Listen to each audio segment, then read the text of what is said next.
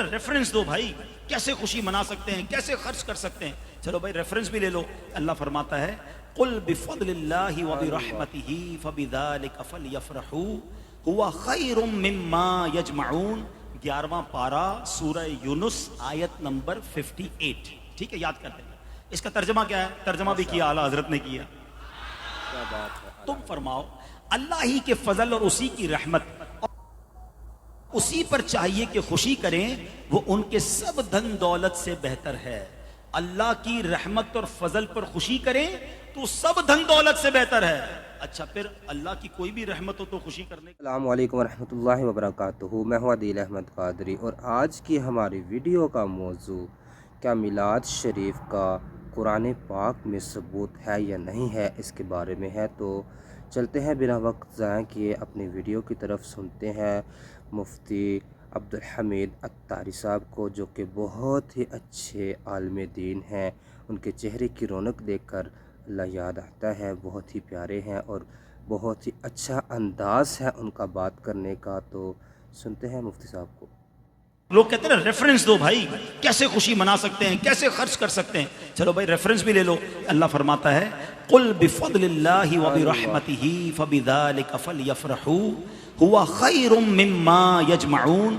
11واں پارہ سورہ یونس آیت نمبر 58. ٹھیک ہے, یاد کرتے ہیں.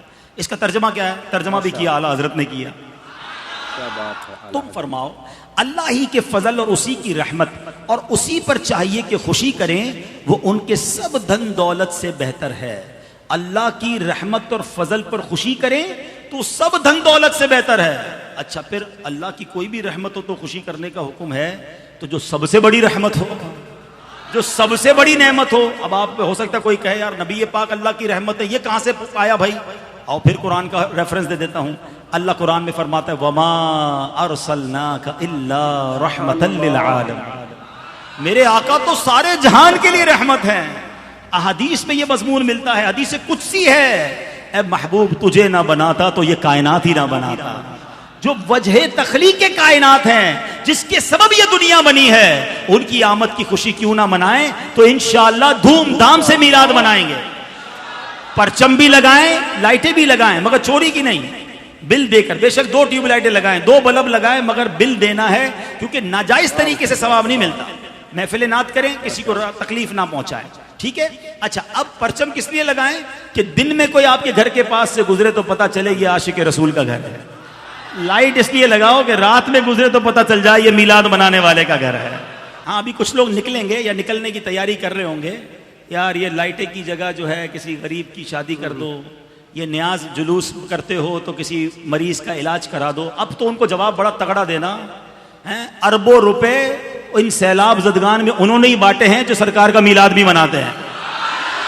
انشاءاللہ مسلمانوں کی مدد بھی کریں گے اور میلاد بھی منائیں گے انشاءاللہ.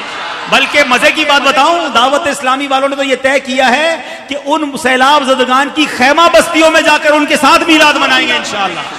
ہاں ادھر بھی پرچم لہرائیں گے, ان کو انشاءاللہ بریانی بنا کر فاتحہ پڑھ کر سرکار کی میلاد کا لنگر بھی کھلائیں گے انشاءاللہ. اصل پرابلم پرانا ہے. ہاں یہ میں آپ کو بتاؤں, میرے آقا کی جب ولادت ہوئی تھی نا تو شیطان نے سر پہ خاک ڈالی تھی.